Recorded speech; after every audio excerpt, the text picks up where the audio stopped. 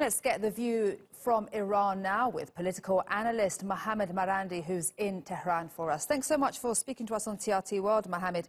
Now, can you tell us who is driving the U.S. potential decision to leave the Iran nuclear deal? Is it just the U.S. or is it being pushed by Saudi Arabia and Israel? I don't think Saudi Arabia is all that important. It's basically the pro-Israeli Zionist lobby, if you want to include the elements outside of the United States and inside the United States as well.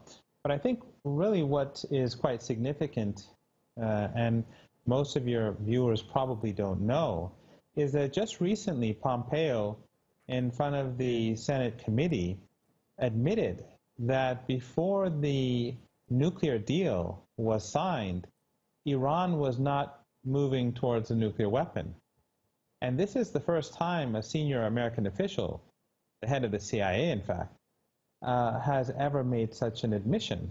For over 15 years, the United States government was regularly claiming that Iran was seeking a nuclear weapon.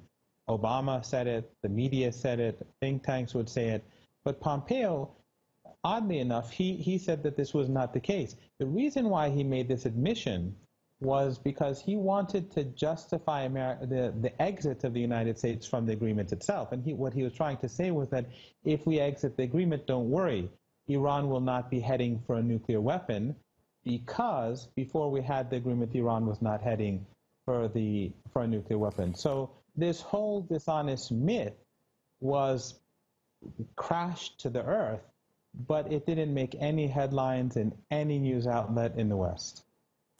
Okay, Mohammed, now let's move on to North Korea, because this has been a very historic and important week. We've just seen a complete U-turn in North Korean nuclear ambitions. Do you think that these successful negotiations so far provide any hope for Iran? No, they're completely irrelevant, because as I said earlier on, Pompeo, who was just recently the head of the CIA and an extreme hardliner against Iran, admitted that Iran was never seeking a nucler weapon. But that's not what he's saying now, though, Mohammed, is it? Well, that's what he was saying a couple of weeks ago. And that just shows how the propaganda machine works in the United States, and how they fabricate information, whether it's Syria or Libya or Iraq or Afghanistan or Al-Qaeda or anything else.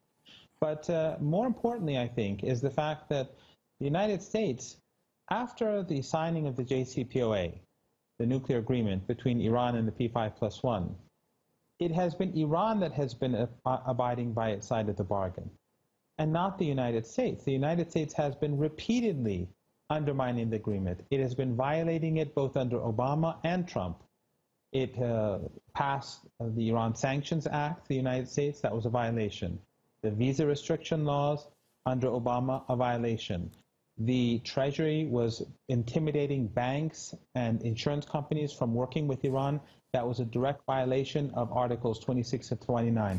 And Trump carried this on as well. So the irony is that Iran has not benefited from this agreement as it should. And if the United States withdraws from the agreement, actually it wouldn't hurt Iran all that much, because Iran hasn't been benefiting from it. But the United States would face isolation. There would be a backlash. The international community will know that the United States was the side whose credibility has been undermined. And I think that would hurt the United States, and especially now since countries like China and Russia are themselves facing trouble in their relationship with the United States, with the tariff war, Mohammed, trade so war. let me ask you very quickly then, why does Iran want to stay in this deal then? Well, Iran does not insist on staying in the deal anymore, because, as I was saying, Iran has not been benefiting from the agreement nearly as much as it should. Iran made all the concessions, and in fact, many people in Iran from day one said that Iran made too many concessions. Many in Iran believe it's a bad deal. But Iran made many concessions. It did not get the benefits that it was supposed to do. Right now, if I was to send you a single dollar from my bank account Mohammed, to your bank... we'll have to leave it there. We're running out of time. Thank you very much for speaking to us on TRT World.